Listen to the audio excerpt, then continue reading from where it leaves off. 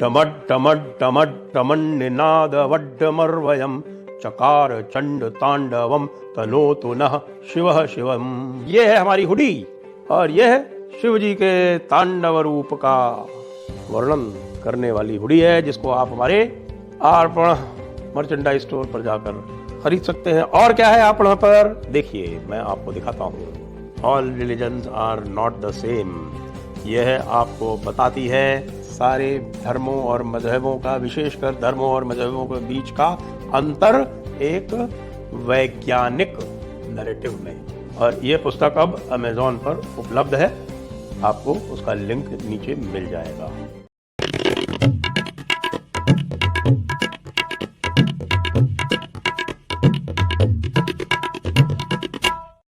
नमस्ते, आप सभी का स्वागत है आज के इस कार्यक्रम में। और आज हम बात करेंगे इंडी अलायंस की विचित्र पॉलिटिक्स की। और हमारे साथ हैं आपके जाने पहचाने अभिषेक तिवारी जी। और अभिषेक तिवारी जी से बातचीत शुरू करने के पहले ये बता दूं कि आपने जिस पुस्तक के बारे में भी सुना, all religions are not the same, वो बेस्ट सेलर्स की लिस्ट में नंबर 1 पर पहुंच चुकी है। तो इसलिए आप जो लोग नहीं लिए हैं उनसे कहेंगे कि भाई जल्दी लो, और उसको क्या है कि अब बिल्कुल टोटल नंबर 1 पे पहुंचाओ पूरी अमेज़न की कंप्लीट लिस्ट में। और ये बताइए साहब, एक वो आपने गाना सुना होगा, बिहार का ही लोकगीत है कि चलत मुसाफिर मोह लिया रे पिंजरे वाली मुनिया। तो भाई नीतीश कुमार को कौन मोह लिया है, जो उनका मोह भंग भी हो गया है राहुल गांधी से, और स्टालिन से क्यों लड़ रहे हैं वो? हाँ, सबसे पहले जयपुर डायलॉग्स के सभी दर्शकों को प्रणाम, नमस्कार, जय श्री राम। ये बड़ा महत्वपूर्ण प्रश्न आपने पूछ लिया कि क्या हो गया? तो कहानी को थोड़ा-सा फ्लैशबैक में ले जाते हैं 1.5 साल पहले। अ, इनको एनडीए से निकलना तो था, क्योंकि लगातार मुसलमानों का प्रेशर आ रहा था कि एनआईए के छापे पड़ रहे हैं बिहार में और पीएफआई के लोग पकड़े जा रहे हैं। अगर आपके रहते सत्ता में ये सब चल रहा है, ओह! तो तो इनको पीएफआई ने मोह लिया था, अब समझ में आया। नहीं सर, मोहा किसी इटली वाले ने था। पूरी कहानी तो बता दूं। चलिए, चलिए। तो अब डील होनी थी, लेकिन राजद के पास ये जा नहीं सकते थे। राजद से तो चीट कर चुके थे। उन दिनों कांग्रेस के हालात बड़े खराब थे। सारे चुनाव हारे हारे हुई थी। हिमाचल और कर्नाटक के उस वक्त चुनाव भी नहीं हुए थे। तो सोनिया गांधी ने कहा कि राहुल तो है नहीं फ्रेम में। कहा कि नीतीश कुमार जी अगर आप आते हैं तो आप वास्तव में एक पीएम मटेरियल है। कांग्रेस आपको पूरी तरह से सपोर्ट करेगी। तो बरसों का पुराना, जैसे एक फिल्म आई थी अंदाज अपना अपना, जिसमें कहा था परेश रावल ने, बरसों का पुराना ख्वाब है भैया, एक पोल्ट्री फार्म खोलेंगे मुर्गियों का, अंडों का और मुर्गियों का बेताज बादशाह हमारा बजाज। तो उसी प्रकार से नीतीश कुमार को लगा कि भाई बरसों का पुराना ख्वाब है, प्रधानमंत्री बनना है, आखिर मैं भी इलेक्ट्रिकल इंजीनियर हूं, बन ही सकता हूं, अगर कांग्रेस चाह लेगी तो जरूर, और हम तो सेकुलर भी हैं। तो फ्लिप मारा। लालू प्रसाद यादव को उस वक्त सत्ता की बहुत आवश्यकता थी। लैंड फॉर जॉब स्कैम में अभी भी गिरे हुए हैं, लेकिन तब सबसे अधिक आवश्यकता थी, क्योंकि उनको जेल से बाहर आना जरूरी था।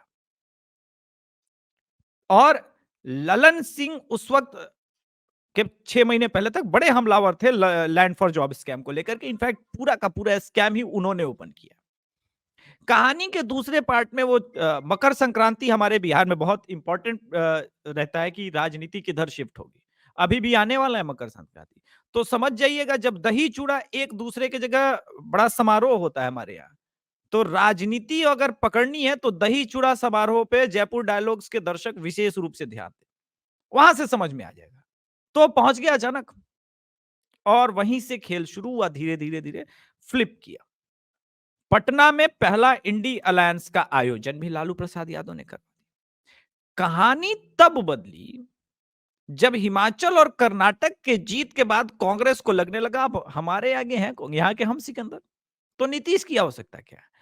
तब सिद्धरमैया और बाकियों के कहने पे बेंगलुरु में अनप्रेडिक्टेबल वाला वो पूरा होर्डिंग लगाया गया। वहां से बात बिगड़ने लगी।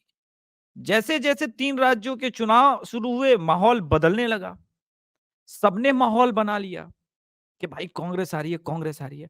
अब कांग्रेस ने इतने दिनों से मुंबई वाले बात के बाद कोई मीटिंग नहीं की। नीतीश कुमार की गाड़ी बस खींच रही थी, यहां एंटी इनकम्बेंसी लगातार बढ़ता जा रहा था। ऐसे में जब दिल्ली वाली मीटिंग हुई 3 राज्यों के चुनाव के हार के बाद, तो उन्हें वापस उम्मीद थी कि मेरे ही फेवर में सब कुछ होगा। लेकिन यहां आता है एक और बड़ा प्लेयर, उस प्लेयर का नाम अभी बाद में रिवील करेंगे। लेकिन उससे पहले पटना में क्या हुआ? पटना में बड़े-बड़े होर्डिंग लग गए कि भाई संयोजक बनेंगे, पीएम बनेंगे नीतीश कुमार, बिहार का नेता बनेगा प्रधानमंत्री। मुंह फुला के चले नीतीश कुमार। अब खेल में एंट्री होती है ईमानदार नेता अरविंद केजरीवाल की। बोले हमने ईमानदारी पूर्वक जब सबको बचाया है, यहां तक कि हम इतने ईमानदार है कि हमने धीरज साहू के घर से पैसे पकड़े गए, फिर भी करप्शन पे एक लाइन नहीं बोली। अब कितनी ईमानदारी आप देखेंगे इंडिया अलायंस के प्रति, देश के प्रति भले ना हो, खैर देश के प्रति ईमानदारी ना हो, तो इंडिया अलायंस में इन्होंने कहा कि अगर नीतीश को नहीं रोका गया और इसके वो बन जाते हैं संयोजक, तो ममता बनर्जी जी आपकी राजनीति के लिए बहुत घातक होगा। और उन्होंने दूसरी तरफ प्लान किया कि भाई अगर राहुल गांधी को बनाया गया पीएम कैंडिडेट, तो हम सब के लिए क्यों खतरनाक होगा, क्योंकि मुस्लिम वोट का ट्रेंड जो साबित कर रहा है पिछले 1 साल का, वो हर स्टेट में कांग्रेस के पास वापस आ रहा है, यहां तक कि उत्तर प्रदेश में वापस आने लगा। तो बंगाल में आपका क्या होगा और बाकी राज्यों में हमारा क्या होगा, रीजनल पार्टीज का क्या होगा? तो इन लोगों ने कहा कि भाई तब मल्लिकार्जुन खड़गे के ऊपर नाम लगाए और यहां लालू यादव खेल गया। लालू यादव ने समर्थन दे दिया। अब जानते हैं एंटी इनकम्बेंसी हो चुकी है। नीतीश रहे ना रहे कोई फर्क पड़ता नहीं। मार्च महीने में लग जाएगा चुनाव आयोग के हिसाब से सब कुछ। जो है चुनाव आयोग ले लेगा अपने पास। तब नीतीश कुमार वापस लौटे और उसके बाद इनफैक्ट उसी दिन वो क्रोधित हो गए थे इंडिया अलायंस के बहुत इंपॉर्टेंट पार्टनर पे, हिंदी भाषा को लेकर के, डीएमके के ऊपर, और काफी गहमा गहमा हो गई। और आज सुबह जब हम अभी रिकॉर्ड कर रहे हैं वीडियो, तो आज सुबह का स्टेटमेंट जो है नीरज का है कि तमिलनाडु में जो लोग हिंदी का विरोध कर रहे हैं वो राजभाषा का विरोध कर रहे हैं। ऐसे लोगों की इंडिया अलायंस में जगह तक नहीं होनी चाहिए अगर इन्होंने अपनी नियति ना बदली। तो डीएमके और जदयू के बीच तलवार खींची और यहां मायावती ने प्रेस कॉन्फ्रेंस करके कह दिया कि भाई सरकार तो थर्ड फ्रंट की बनेगी। तो क्या थर्ड फ्रंट की सरकार में फिर से कुछ प्रधानमंत्री उम्मीदवार खड़े होंगे? वो देखने की बात है जी। थर्ड फ्रंट की सरकार में कौन प्रधानमंत्री के उम्मीदवार बनेंगे? चलिए ये तो अभी इसके ऊपर अभी और आते हैं दोबारा। तब तक तो ये बताएँ कि वो खरगे साहब को जो प्रधानमंत्री बनाने वाला जो प्लान है, उसके बारे में क्या कहेंगे आप? ये एक वेल कैलकुलेटेड मास्टर प्लान है अरविंद केजरीवाल का। वो जानता है कि नॉर्थ में खड़गे नहीं चलेंगे और कांग्रेस के बर्बाद हुए बिना अरविंद केजरीवाल रिवाइव नहीं हो सकता। वैसे भी उसको जितनी मदद की उम्मीद थी दिल्ली लीकर स्कैम को लेकर के, उतनी मदद मिली नहीं है। अरविंद केजरीवाल बहुत अच्छी तरह से समझता है कि अगर हमको कांग्रेस को रिप्लेस करना है तो कांग्रेस को पूरी तरह से बर्बाद करना होगा। राहुल गांधी के नाम पे, ये मानिए ना मानिए, भारत जोड़ो आंदोलन के बाद या यात्रा के बाद एक चीज तो वापस थोड़ी बहुत आ ही गई है, वो उनका मुस्लिम वोट बैंक। वो हमें तेलंगाना में स्पष्ट दिखा, जहां इतना कुछ मुसलमानों के लिए किया केसीआर ने, उसके बावजूद वो चुनाव भी हारा और उसकी पार्टी भी बुरी तरह से परास्त हुई। अगर फिर भी लोग इसको रीड करने में नाकामयाब हुए तो वो उनकी प्रॉब्लम है, लेकिन केजरीवाल कभी नाकामयाब नहीं होता। केजरीवाल अच्छा रीडर तो है पॉलिटिकल, इसीलिए वो ममता बनर्जी से पहले मिल लिया था इंडिया अलायंस की मीटिंग के। और मेरा मानना है कि ये कांग्रेस की एक पराजय की गाथाओं में एक और बड़ी गाथा होगी, जहां एक दक्षिण भारत के चेहरे को, जिसका सुपुत्र जो है या कुपुत्र का है, जो घोर सनातन विरोधी, और यहां सनातन की लहर चलने वाली है 22 जनवरी के बाद, उनको पीएम कैंडिडेट बना रहे हैं। तो पूरा नॉर्थ का बेल्ट साफ हो जाएगा। इस लहर में कह सकते हैं, सुनामी में बिहार, बंगाल सब गायब हो जाएगा, इनको पता भी नहीं चलेगा और केजरीवाल की रियल विक्ट्री वहां से शुरू होगी। जी। भाई तो बड़ा रोचक विवरण सुनने को मिला और आपके जेडीयू वाले तो कह दिए कि साहब कि इनके पास समोसे का भी पैसा खत्म हो गया। देखिए, आप तो फ्रंटल फोर्स को फॉलो करते हैं ना ट्विटर पे? हाँ, हाँ, हाँ। हाँ, तो मैं बता दूं कि उसने उसने वो जो ट्वीट करता है बड़ा वेल कैलकुलेटेड ट्वीट करता है, ऐसे वैसे नहीं। अब मैं आपको स्क्रीन पे दिखाता हूं, ये क्लियर आ रहा है? हाँ, क्लियर आ जाएगा। ब्रेकिंग न्यूज, नीतीश कुमार हाँ, अप्रोच हाँ। The top leadership of BJP NDA join last evening. देखिए, समोसे का ही नहीं, अब तो पानी तक पीने का समय है। मैं आपको बताता हूं रियल रीजन। बिहार में कुछ लोकसभा क्षेत्रों के मैं नाम लेने जा रहा हूं, बहुत गंभीरता से आपके दर्शक सुने। जहानाबाद में सांसद हैं जेडीयू के चंद्रवंशी, और वहां पे आरजेडी के उम्मीदवार सुरेंद्र यादव। समस्या नंबर एक। सिवान में जदयू के सांसद, और वहां पे दावेदार कौन? हिना शाह। कौन? ऑब्वियसली साहबुद्दीन की वाइफ। और राजद में भी अगर साहबुद्दीन की वाइफ की नहीं चलेगी तो भाई कहां चलेगी फिर? गोपालगंज में आते हैं, वहां भी ऐसे 22, अब मैं कितनों के नाम लूं, ऐसे 22 सीट्स हैं जहां पे कांग्रेस वर्सेस जदयू का डायरेक्ट फाइट है। यहां तक कि कांग्रेस की जीती हुई सीट, जिसमें मात्र 22,000 से जदयू आ रही थी, किशनगंज की सीट तक को लेकर के फाइट है। और सबसे बड़ी फाइट यह है कि इसमें से कितनी सीटें मिलेंगी, जबकि जीते हुए सांसद 16। नीतीश की पार्टी अंदर से पूरी तरह से हिली हुई है। वो जानती है कि दे आर एक्चुअली डिच्ड। लेकिन अब प्रॉब्लम यह है कि बीजेपी भी नहीं ले रही है। बिहार बीजेपी ने बहुत पहले से ही 2024 की तैयारी शुरू कर दी थी। ऑलरेडी उपेंद्र कुशवाहा जी का परसों का ट्वीट रिफ्लेक्ट करता है कि नीतीश कुमार जी के साथ क्या हुआ, ना हज पे गए, ना मंदिर गए, दोनों जगह तीरथ गए, जिसको कहते हैं, ना हज पे जा सके ना तीरथ पे जा सके। हुँ। तो ऐसे ही अब निकल ली है। तो ना खुदा ही मिला, ना ना विसाले विशाल है। सनम। जी, हुँ। जी। तो अब जो है, ना खुदा मिला ना विशाले सनम मिला। अब यहां पे नीतीश कुमार के लिए बेस्ट ऑप्शन क्या है? राजनीति तो समाप्त हो रही है, लेकिन अभी भी एक रिटायरमेंट का तो ऑप्शन होना चाहिए ना।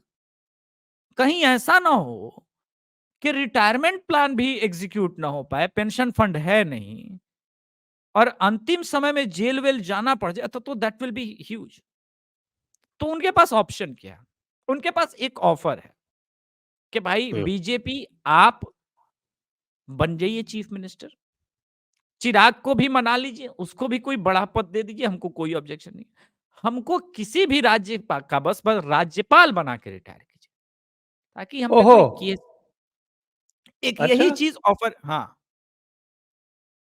क्योंकि पीएम बनने का सपना तो वो कब का टूट गया है। अब तो वापस वो घूम फिर के वापस पुनः मुझको भव वाली जो एक फेमस संस्कृत की कहानी थी, जो हम सब ने बचपन में पढ़ी, तो वो स्थिति अब तो पुनः मुझको भव। तो अब वापस आने के बाद उनको रियलाइज हुआ कि लालू प्रसाद यादव और तेजस्वी यादव खेल गए।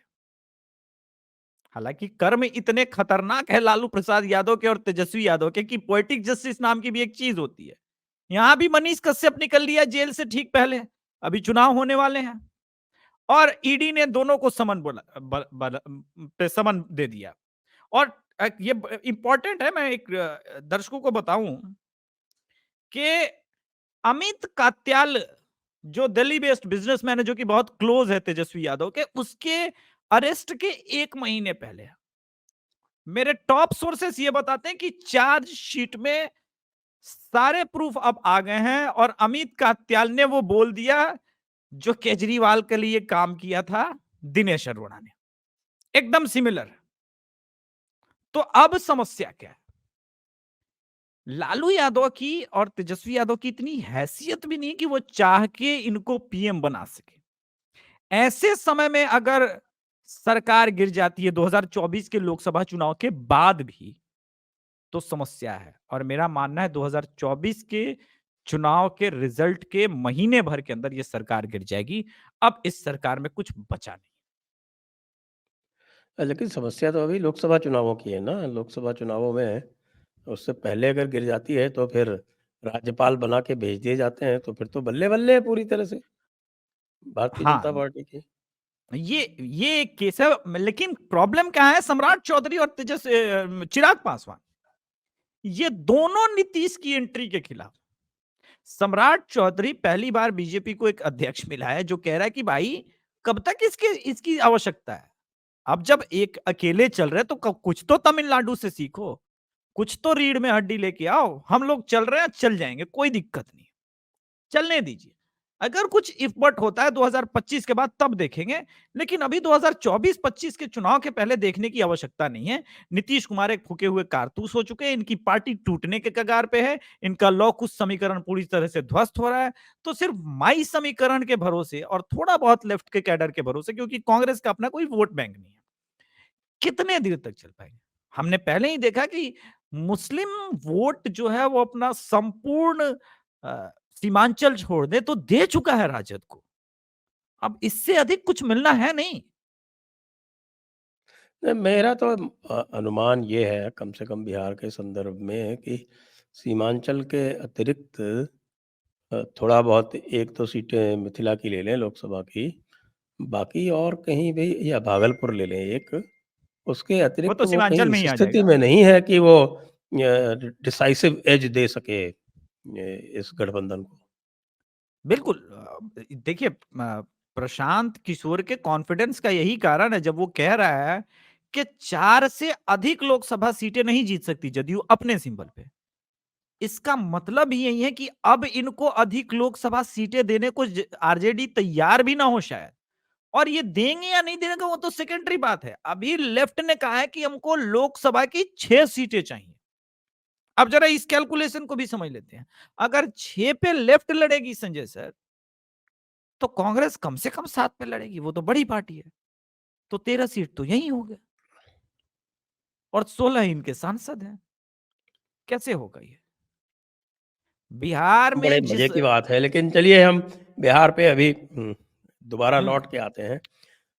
थोड़ा राष्ट्रीय राजनीति की भी बातें कर लें कि जो हम अभी कह रहे थे कि ममता बनर्जी ने ये कह तो दिया कि भई खड़गे को हम बना लें, लेकिन ममता बनर्जी ने सीट शेयरिंग पे कुछ नहीं कहा कि वो कितनी सीटें देगी।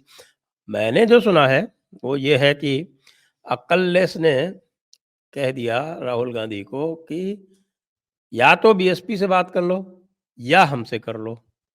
ये जो है ये जुगाली नहीं चलेगी कि साहब जो है आपने कुछ खाया, पेट में रखा, फिर ऊपर से दूसरी और जुगाली करनी शुरू कर दी।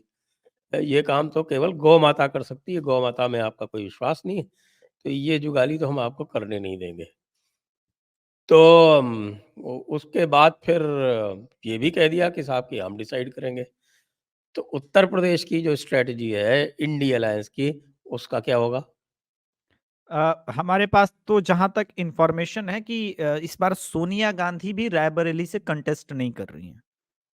वो केरल की तरफ शिफ्ट हो सकती हैं या तमिलनाडु की तरफ शिफ्ट हो सकती हैं। इसका मतलब तो आपको, आप जैसे वरिष्ठ आदमी को पता ही है इसका मतलब क्या है। तो वो दोनों सीट भी डेंजर में है। अब यही 2 सीट ऑफर किया भी जा सकता है, बाकी कोई तीसरा सीट नहीं है। मुरादाबाद देगी नहीं, फूलपुर देना नहीं है, वो तो किसी गठबंधन को भी नहीं देना है। कन्नौज दे नहीं सकती, सहारनपुर दे नहीं सकती। अब बचा आजमगढ़, वो भी दे देगी तो बचेगा क्या फिर? हैं? तो आपके लिए सेफ सीट तो कुछ था, तो वही 2 सीट था और वो दोनों भी अब अनसेफ हो गया। तो आप तमिलनाडु जाएँ या केरल जाएँ वो और बात है, लेकिन इससे ज़्यादा ऑफर नहीं। लेकिन इंटरेस्टिंग आपने जो पूछा कि बंगाल को लेकर के क्या है? तो बंगाल को लेकर के तृणमूल कांग्रेस के दूसरे सांसदों का बयान है कि 2 से अधिक सीटें नहीं दे सकते और लेफ्ट इस गठबंधन में दो शामिल नहीं होगा। 2 में एक अधीर रंजन की है, कह रहे हैं हम बरहामपुर दे देंगे और मालदा दक्षिण दे देंगे। तो भाई साहब मालदा मालदा बरहामपुर तो ऐसे भी जीत जाएगा वो। वो तो वो तो अधीर रंजन वैसे भी जीत जाएगा। ये ध्यान रखा जाए कि कांग्रेस की तरफ मुस्लिम वोट बैंक वापस आ रहा है। अब जरा हम पूरा इस बेल्ट को कैलकुलेट करते हैं जहां पे 200 से अधिक सीटें हैं सर।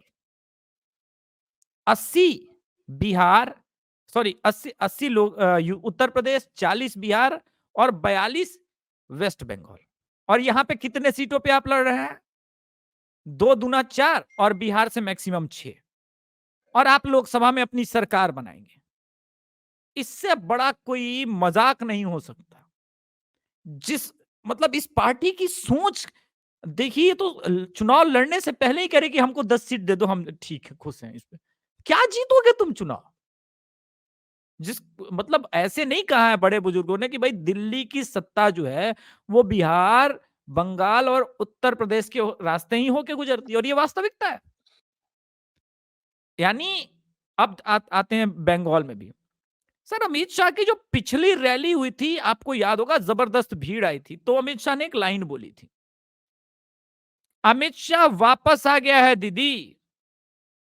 और अब सिचुएशन देखिए, 3 जो क्रिमिनल बिल वो है वो पास हो गया। अब जरा हम इसको ठीक ठीक 2024 के संदर्भ में असेस करने का प्रयास करते हैं।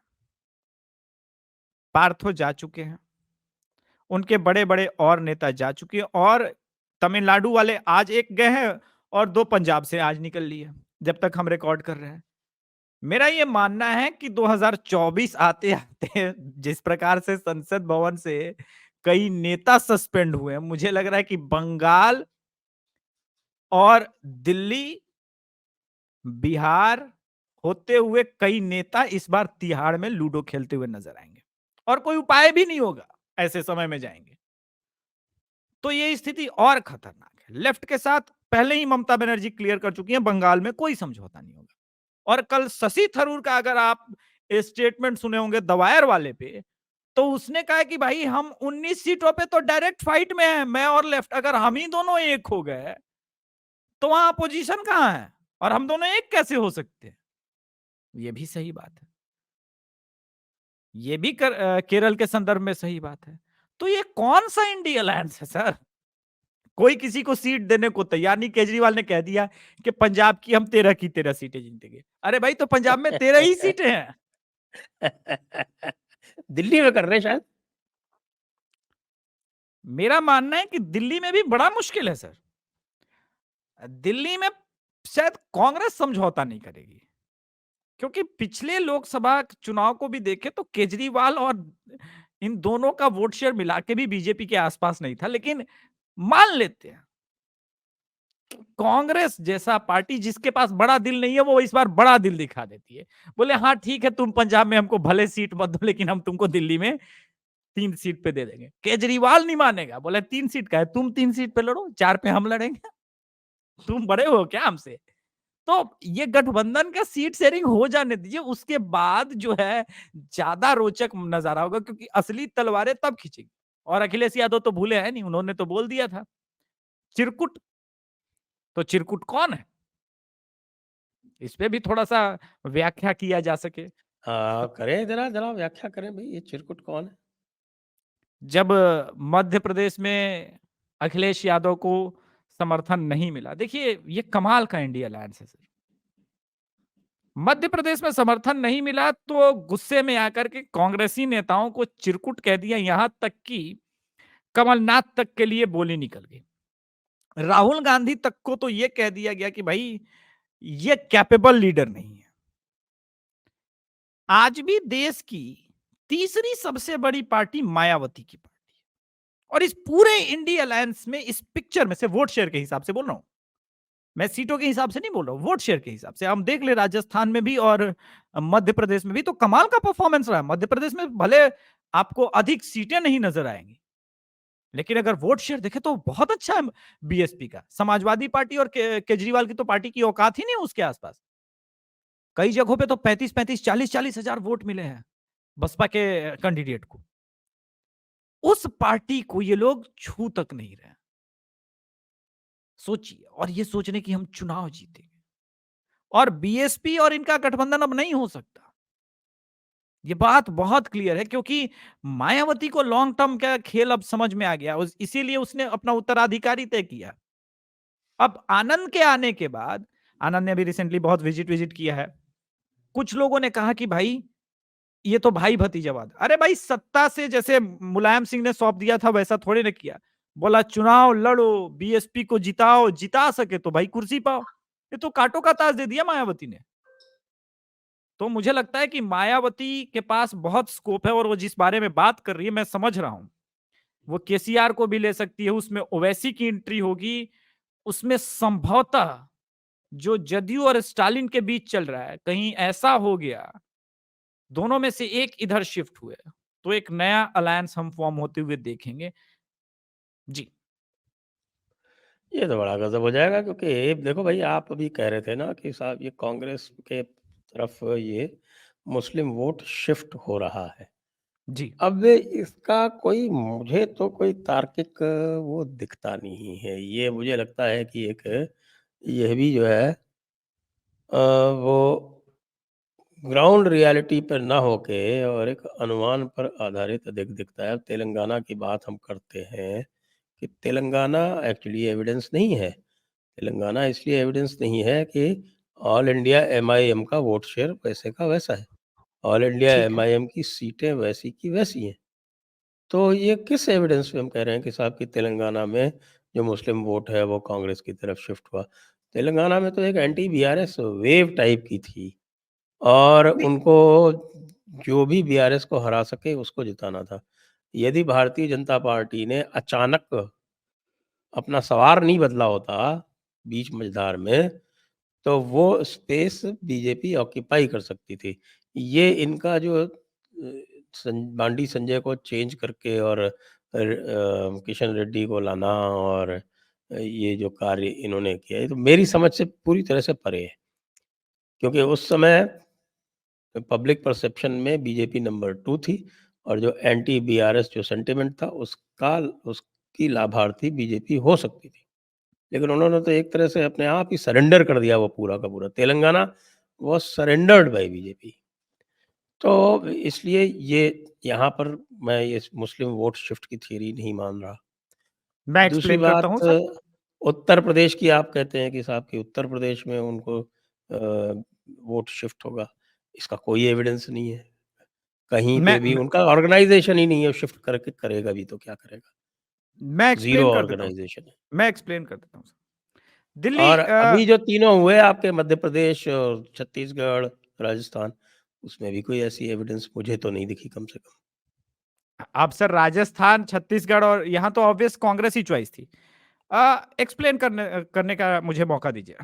कर्नाटक चुनाव में त्रिकोणीय फाइट थी। जेडीएस का मुस्लिम वोट शेयर देख लीजिए सर।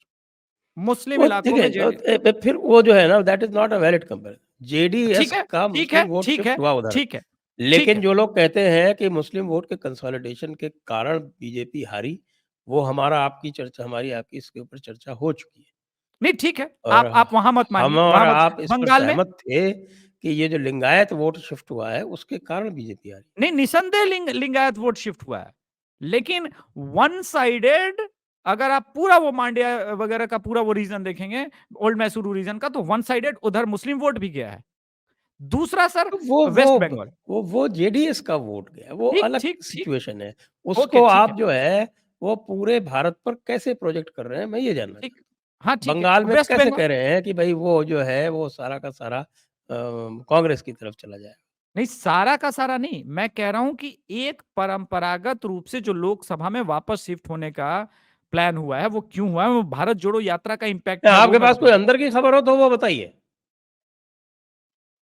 अब सर, जयपुर डायलॉग्स पे बहुत सारी चीजें मैं ऐसे कैसे बता दूं, लेकिन मेरे पास कुछ नहीं, खबर है, मैं ऐसे कोई नहीं। मुल्ला, एक मिनट में मौलाना, आलिम, उमरा, उनसे कोई बात हुई हो आपकी, कोई अंदर की खबर आई हो तो बताइए, हो सकता है मुझे ना नहीं, पता हो। मैं एक्सप्लेन करता हूँ ना सर, थोड़ा सा आलिम मौलाना तो बाकी चीजें हैं ही, वो तो है ही जो चल रहा है।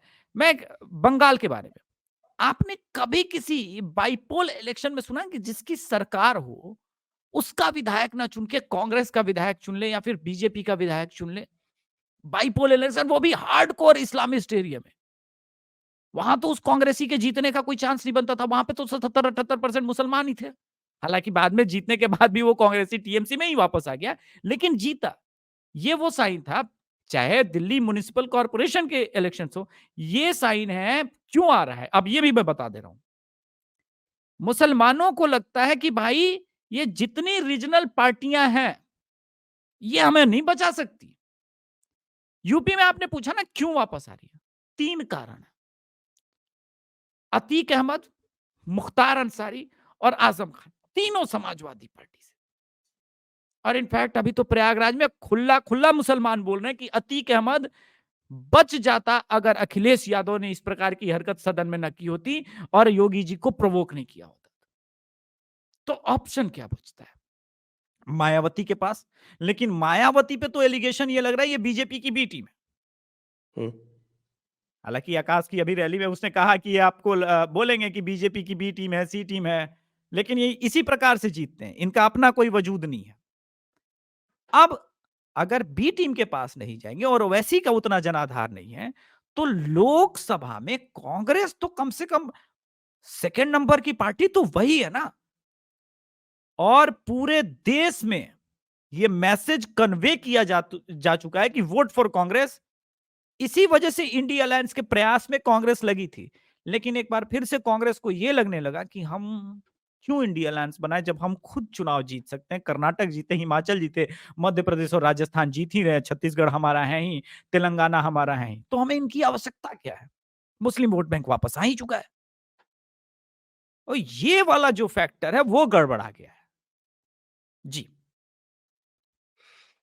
अच्छा, चलिए तो फिर क्या कांग्रेस जो है, जैसे कि योगेंद्र यादव कह रहे हैं कि वो 11 सीटें जीतेगी राजस्थान में और 7 सीटें जीतेगी मध्य प्रदेश में और 5 सीटें जीतेगी छत्तीसगढ़ में, और वो उनका सारा का सारा जो कैलकुलेशन है वो विधानसभा के वोट शेयर पर आधारित है। तो इस हिसाब से तो भाई गुजरात में भी वो अच्छी खासी सीटें निकाल सकती है। नहीं, तो इस हिसाब से तो इस प्रकार के 2019 में अगर 19 में कपोल कांग्रेस की कल्पना सरकार ही बन करनी जानी चाहिए। है कपोल कल्पना ही करनी है, तब तो फिर राहुल गांधी को शपथ ले लेनी चाहिए। खड़गे मैं जी को वही कह कह रहा देना हूँ। चाहिए तुमको बाहर करते हैं, तुम जो है वो षड्यंत्र कर रहे हो हमारे खिलाफ। नहीं नहीं, अगर योया के हिसाब से विधानसभा पैमाना है तो 2018 के में तो बीजेपी कर्नाटक, मध्य प्रदेश, छत्तीसगढ़, राजस्थान सब हार गई थी। उस हिसाब से तो राहुल गांधी को शपथ ले लेना था 2019 में, ये तुम गलत कर रहे हो। लेकिन एक वास्तविकता थोड़ा सा राजस्थान का पिक्चर और दिखाता हूं। बहुत सारे लोगों ने कभी सोचा कि राजस्थान में कितनी बड़ी सुनामी थी? 117 बीजेपी, 7 जो निर्दलीय जीते वो बीजेपी के, और 115 28 में से आ? 115 28 में से जो 27 सीटें जो रेबल्स की वजह से बीजेपी हारी, अगर उसको ऐड करते तो नंबर पहुंचता है 155, 199 में से। सुनामी थी, सुनामी। किसी को समझ में नहीं आ रहा है, राजस्थान में मध्य प्रदेश से बड़ी सुनामी थी, बहुत ज्यादा एंटी इनकम्बेंसी था। उस पे जब 2024 में, और ये कह रहे हैं कि क्यों 2024 में जब ये एंटी इनकम्बेंसी और ये फैक्टर की बात हटा दीजिए, वो मोदी फैक्टर आएगा और यहां पे रेबल्स खड़े नहीं होते, वहां पे मोदी के नाम पे 25 की 25 सीटों पे वोट मिलता है, वो फैक्टर काम नहीं करता। तब आप सोचिए कि क्या राजस्थान का रिजल्ट आएगा। कपोल कल्पना है भाई। दूसरा, छत्तीसगढ़ को लेकर के ये भी इंटरेस्टिंग है। 27 शेड्यूल ट्राइब और एससी सीट, इसमें से बीजेपी जीती कितनी? 23। अरे बेशर्मो, तुमको अभी भी लगता है कि दलित और शेड्यूल ट्राइब तुमको वहां पे वोट कर रहे हैं? ये मतलब कपोल कल्पना। और इससे भी खतरनाक, आज जो मोहन यादव ने कहा उसको भी सुनना चाहिए। ये तो समाजवादी पार्टी के लिए डेंजर हो गया। बोला अगर इतना ही इंडिया अलायंस हिंदुओं से प्यार करती है तो क्या हमारी तरह खुल के सीना ठोक के कह सकती है कि मथुरा पे हिंदुओं का मंदिर है और आओ हमारे साथ मोहन यादव के साथ चलो और फिर मथुरा में मंदिर बनाते हैं।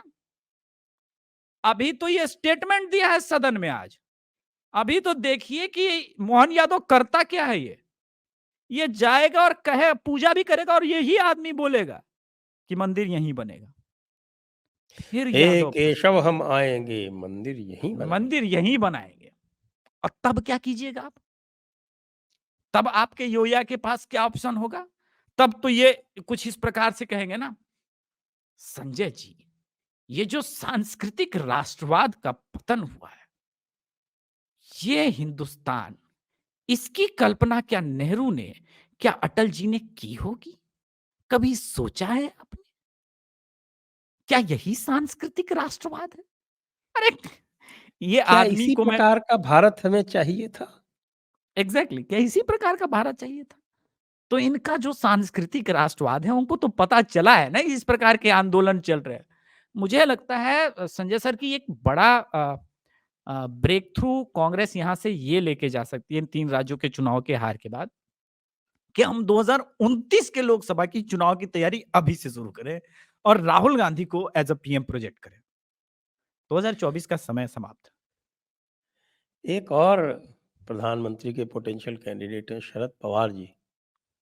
तो उनके परिप्रेक्ष्य में भी बात कर लें थोड़ी बहुत? हाँ, किया जा सकता है, किया जा सकता है।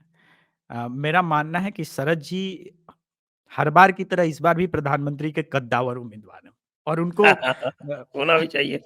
उनको होना भी चाहिए, वरिष्ठ हैं।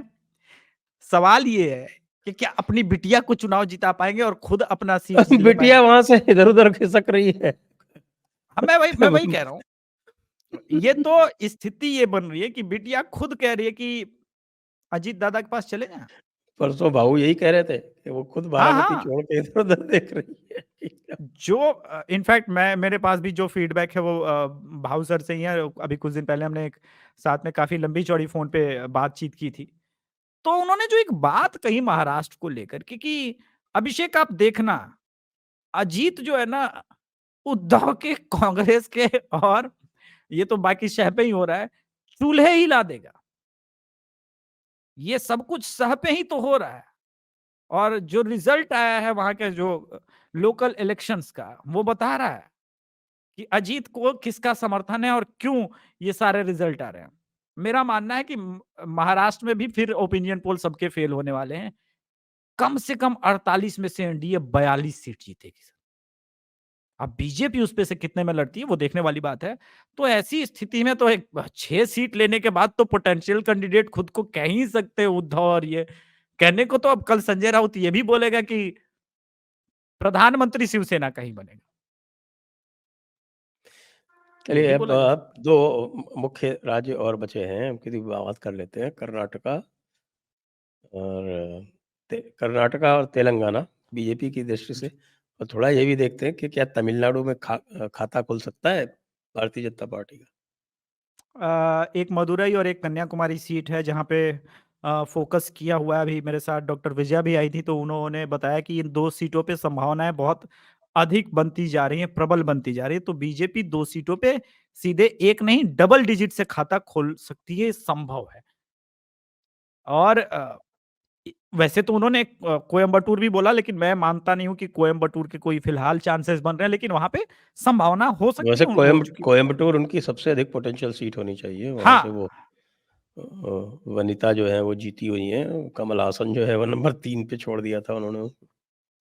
जी, बिल्कुल, बिल्कुल, बिल्कुल। इसीलिए मैंने कहा कि ये पोटेंशियल सीट है, लेकिन वो वहाँ तमिलनाडु की है तो मैं मान के चलता हूँ और बहुत अच्छी वक्ता हैं। उन उसके साथ पूरा आधे घंटे का एक शो मैंने किया था। तो तमिलनाडु में उन्होंने एक जो बात बोली वो मार्क करने वाली कि तमिलनाडु में बहुत लेट से सनातन को लेकर के कोई पार्टी ने क्रिस्टल लाइन लिया और जो समर्थन मिल रहा है वो अभूतपूर्व मिल रहा है। और इस वजह से अब धीरे-धीरे वो कैडर बनता जा रहा है। आज एडीआईएमके के बड़े लीडर बीजेपी में जॉइन हुए हैं। तो क्या जो अब वहाँ पे सीन बदलता है वो देखने वाली बात होगी कि क्या बीजेपी अपना वोट शेयर 16% तक लेके जा सकती है। अगर 16% आ जाएगा सर, तब 2 से 3 लोकसभा सीटें कन्वर्ट हो जाएगी। ये एक फैक्टर है। चूँकि लेकिन एडीआईएमके की मेन विपक्ष अब वो नहीं रही है। अब होता क्या है सर, बंगाल में भी हमने देखा क्यों लेफ्ट समाप्त हुई? क्योंकि एकदम से ऑल ऑफ सडन मेन विपक्ष वो नहीं रही।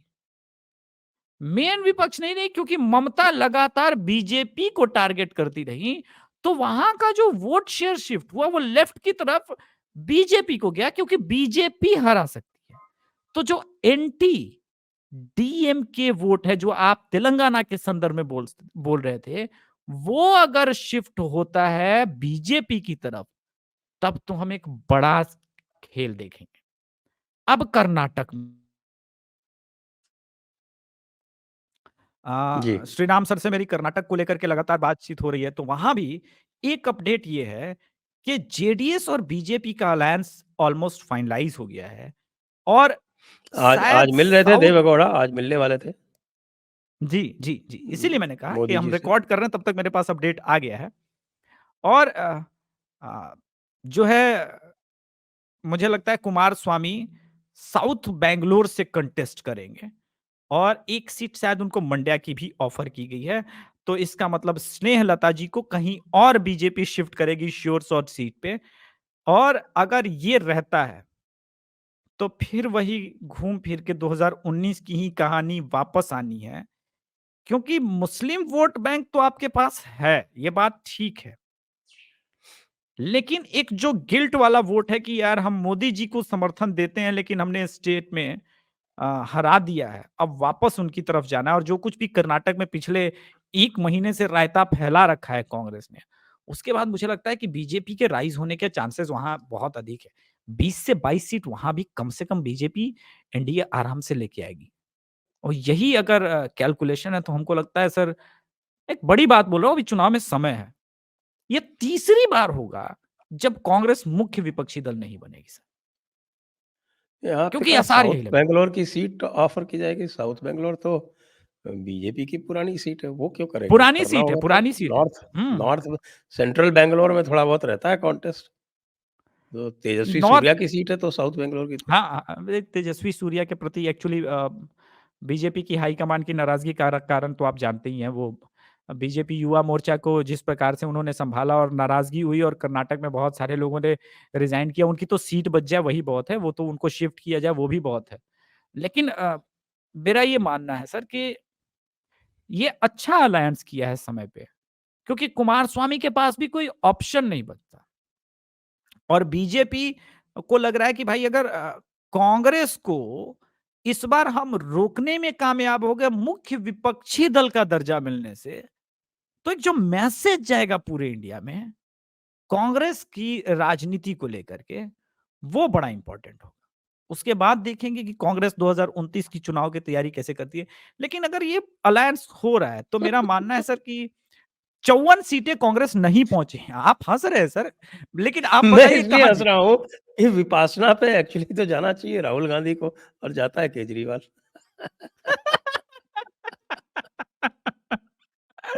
अरे उसकी अलग कहानी है। खैर, राहुल गांधी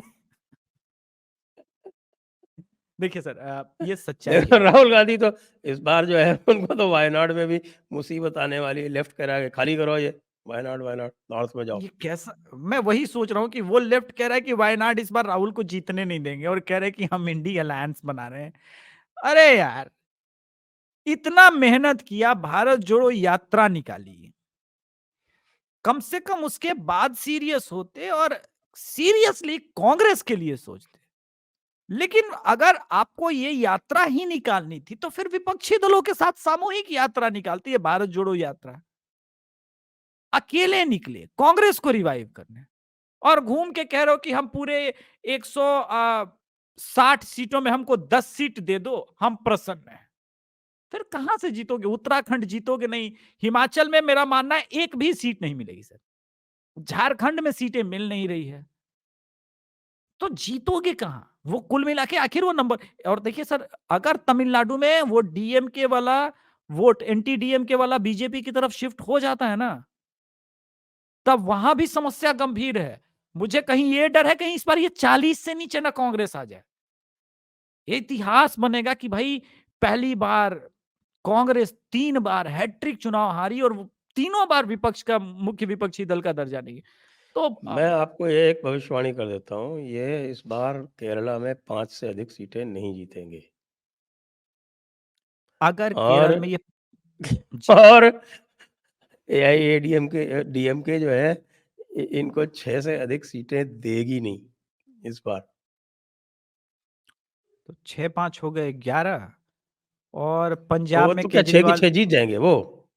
ना मान लिए, मैं बेस्ट चांस मानता हूं सर। बहुत ऑप्टिमिस्टिक आज पहली बार कांग्रेस के लिए होने का मन कर रहा है सर।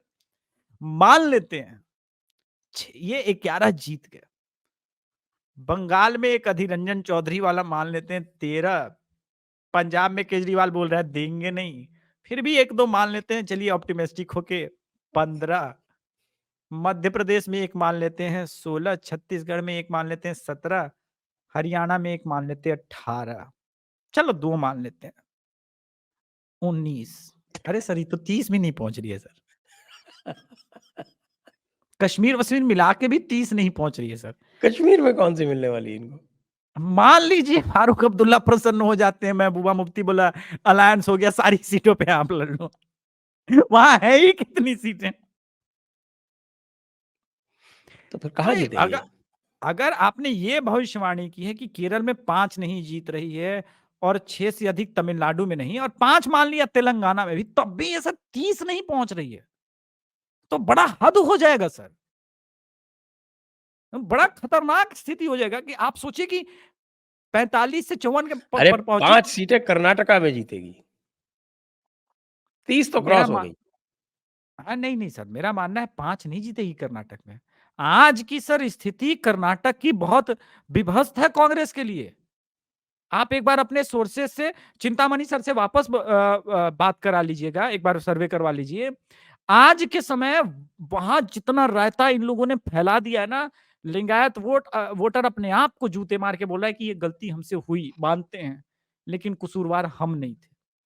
ये ठीक है, जो भी है, लोकसभा में वो गलती नहीं होने जा रही है। इनके ये तो उत्पात जो से। आपके ये वाले भी हैं जो एनालिस्ट हैं, वो भी सब कह रहे हैं कि हमने तो दोनों का लिया था और सब ये उसमें से अधिकतर लोग ये कह रहे थे कि विधानसभा में तो हम इसको देंगे, लेकिन हम लोकसभा में तो मोदी को देंगे। ये तो कर्नाटका का स्प्लिट वर्डिक्ट तभी से क्लियर था। हाँ, तो मान लेते 30 ना 35, तो कम से कम ये तो होना चाहिए था सर। 44 से 54 पे गए, 64 पे जाते तो कम से कम एक मोरल विक्ट्री तो देते। ये तो मोरल विक्ट्री भी आप छीन रहे हैं ना सर। कम से कम मोरल विक्ट्री तो दिया जाए। चलिए, तो आपने तो भाई बहुत ही खराब बोल दिया है। इसके लिए तो हम क्या कर सकते हैं? नहीं, क्या मैं करेंगे? जो मैं सीरियसली जोड़ रहा एक था बस यूपी। मैं अंत में कहूँ कि ये जो देखिए 2014 में तो कांग्रेस हारी थी। एक तो मोदी की पॉजिटिव अपील थी और इनके करप्शन से और इनकी बेवकूफ़ियों से लोग त्रस्त थे। तब तक इनकी इमेज जो थी वो पूरी तरह से एंटी हिंदू की नहीं हुई थी। थोड़ी बहुत थी, टारगेटेड कम्युनल टारगेटिंग बिल वगैरह वो लाए थे, लेकिन उसका उस समय प्रसार भी इतना नहीं था और उसके ऊपर चुनाव भी नहीं लड़ा गया था। तो इतना उनका नहीं था, वो अ, मोदी के प्रति पॉज़िटिविटी ज़्यादा थी। लेकिन 2019 आते-आते कांग्रेस जो है उसने अपने आप को राहुल गांधी के और उनके जो वामपंथी मित्र हैं, उनके नेतृत्व में ऐसे गड्ढे में घुसेड़ दिया कि जिससे अब वो निकलना चाहते ही नहीं। वो पूरी तरह से एंटी हिंदू हो गए हैं और उनकी छवि बन गई है।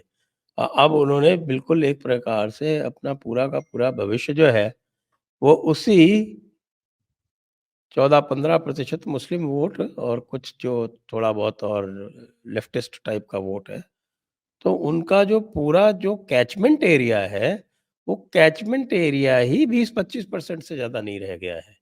वो उन्होंने अपना खुद ये एक उनकी अपनी चॉइस है। तो जब आप अपना कैचमेंट कर दोगे 25% तो पूरा का पूरा तो आएगा नहीं। तो आप 20% से ज़्यादा जा ही नहीं सकते किसी स्थिति में। हम्म, वही आपने जो बोला 20% से अधिक नहीं जा सकते किसी स्थिति में। तो अब ये 20% वर्सेस 44% का फाइट होगा कैसे सर? बड़ा मुश्किल है। चलिए, तो इसको चलिए हम कम से देखते कम रहते बिहार हैं। 2025 का हम तैयारी शुरू करें बिहार बदलने का। देश तो बदल ही गया है वो। कम से कम तो हमारे बिहार पे आप फोकस करें। प्रशांत किशोर तो कह रहे हैं कि साहब कि हम बिल्कुल पता नहीं क्या कर देंगे। मेरा मानना है सर पीके, देखिए पीके भी अभी बहुत हवा में है। बिहार और यूपी में एक बड़ा अंतर है सर। यादव वोट के खूंटा लालू प्रसाद यादव के जाई और मुस्लिम वोट टूटेगा नहीं। और बिहार का फॉरवर्ड वोट वो बीजेपी में ही जाएगा। बचे ओबीसी। वहां सर हर जात के अपने नेता हैं। और अभी कैडर बनाया, मुखिया उखिया बनाया, 2029 की तैयारी करें, 2025 तो बहुत जल्दी है, वहां तक संभव नहीं है। एक आई थी काले कपड़े पहन करके, पुष्पम प्रिया, उनको भी लगा था वो सीएमए बन जाएंगी, सभी अखबारों के प्रमुख पन्ने पे उनकी तस्वीर थी, लोग भी जुड़े, बोला चलो लड़की है, चलते हैं, कम से कम रैली वैली सुनेंगे, है? तो वही है, वही तमाशा भर है, चल रहा है, चल रहा है। वोट खिसकाने के लिए कैडर होना चाहिए। ये बेरोजगारी के नाम पे, रोजगार के नाम पे भला वोट मिलता है सर? है? अपराध के नाम पे अगर वोट मिल रहा होता बिहार में, तो लालू यादव कभी वोट पाते क्या? गजब बात है। इस सब के नाम पे वोट थोड़े ना पड़ता। रियल मुद्दों की कहां बात कर रहे हैं? डे ड्रीमिंग मत कीजिए। वोट मिलता है जाति के नाम पे, समीकरण के नाम पे। यही बिहार का यथार्थ है, और इसीलिए बिहार अग्रणी राज्यों में है। इसको लोग इसीलिए तो ट्रोल कहते हैं कि आओ न जरा बिहार में और खाओ न गोली कपार में। वाह, वाह, वाह! हमारे चलिए हमारे देखिए, अंतर देखिए यूपी का और बिहार का है। हमारे यहाँ पुलिस वाले को टपकाया जा रहा है? कपार में पुलिस गोली वाले मारी को जा टपका दिया रही है। और क छोड़ो तो बाकी को तो। आइए अब चर्चा को यहीं पर विराम देते हैं और ज़रा इंडी अलायंस का आनंद लेते हैं कि भई ये किस रास्ते जाएगा। इनका ऊँट तो है नहीं, क्या कहें? कुत्ता-वुत्ता है, गधा है, किस करवट बैठेगा? उसको देखते हाँ, इनका गधा किस करवट बैठेगा, ये आज एक नया आपने गुरु ज्ञान दिया। ये मैं इसको अडॉप्ट कर लेता हूँ, लिख लेता हूँ। हैं। इसी के साथ दर्शकों को बहुत-बहुत धन्यवाद। अभिषेक जी को बहुत-बहुत धन्यवाद। जय हिंद, जय भारत, वंदे मातरम। जय श्री राम।